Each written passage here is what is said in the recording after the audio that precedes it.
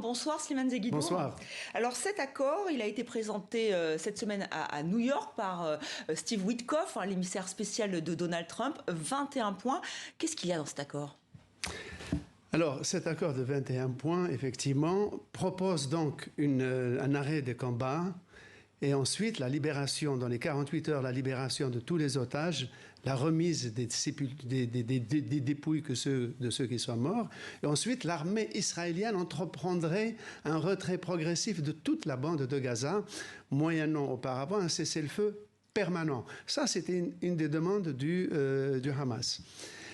Et ensuite, la bande de Gaza, sa gestion ne serait pas livrée à l'autorité palestinienne qui est à Ramallah, séparée de 55 km de la bande de Gaza, mais Gaza serait mise sous les auspices d'un organisme international créé par les Américains, mais dans lequel figureraient peut-être des Palestiniens, des Égyptiens. Cet organisme serait établi en Égypte pour gérer la bande de Gaza.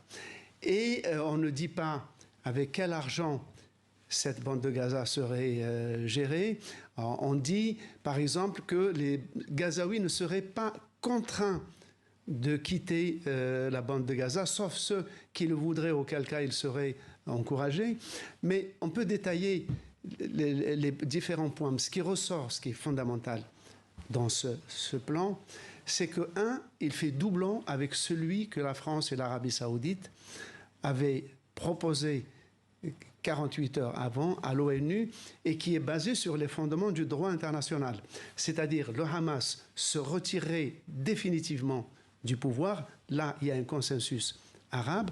Ensuite, Gaza serait reconnecté à la Cisjordanie et à l'autorité palestinienne, et non pas dirigé par un organisme international un peu anonyme et informel. Oui, vous le dites, qui serait basé donc en Égypte, selon ce plan. Et là, on parle du retour de Tony Blair. Mais que vient faire Tony Blair dans cette affaire ? Et oui, on parle de Tony Blair parce que Tony Blair, qui s'est rendu définitivement impopulaire au Moyen-Orient depuis qu'il avait accepté d'accompagner George Bush dans l'invasion de l'Irak en 2003, a ensuite reçu une mission de gérer le processus de paix israélo-palestinien.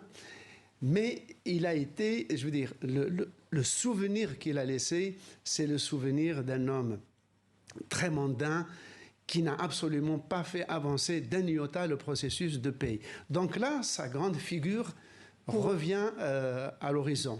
Mais tout le monde est dubitatif parce que l'homme est tellement impopulaire.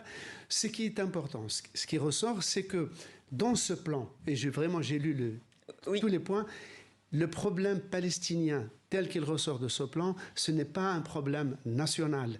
Les Palestiniens ne sont pas un peuple, ne sont pas une nation qui requiert un État que le droit international lui reconnaît. C'est une population qui a besoin d'être aidée, soulagée, prise en charge et relogée de façon humaine et afin de faire monter...